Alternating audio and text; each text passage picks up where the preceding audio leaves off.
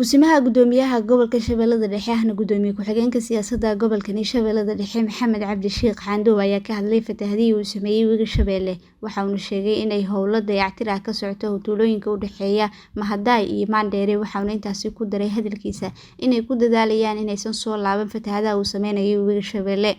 wax Hirshabeelle kaliya horta dhibaatada haysato waxay tahay inta kale colaadaha iyo la dagaalanka argagixisada al-shabaab iyo wax aan isteedada kale aan kala samanahay ama laakiin anaga Hirshabeelle ahaan waxa inta badan ugu soo laabto waxa waaye fatahaada waay sidoo hadda madaxweynaha ballan qaaday haddana hawsheeda ay bilaabatay waxa socdo in wabigii lagu dadaalo meelaha dhibaatooyinka ay ka jireen oo inta badan saameynta fatahaadaha ay ku yeelanayaan ka soo bilow hadda Mahadaay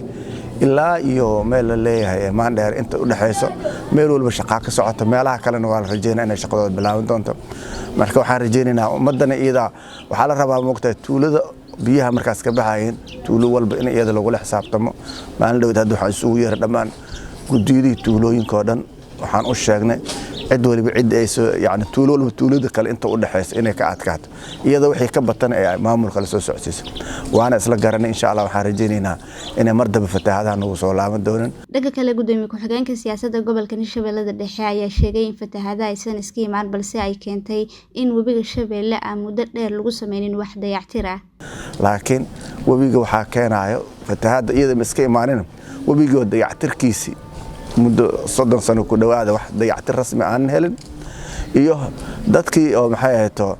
oo yaani aan u dhagan nugleen awaamirta marka insha Allah waxaan rajeynaynaa haddana wixii baahiyaad oo ka jira webigan wax badan aan ka qabanay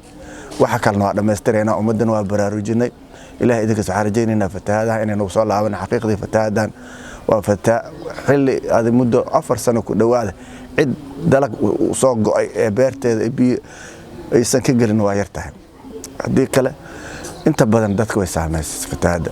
ma aha marka fatahaada mid ku kooban beerihi waxay goysay wadooyinkii magaalada laga soo galay saad la socotid laakiin insha Allah ma nagu soo laaban doonto qorshe fog ay hadda ay dejisay dawlad goboleedka Hirshabeelle oo madaxweynaha hormuudka ah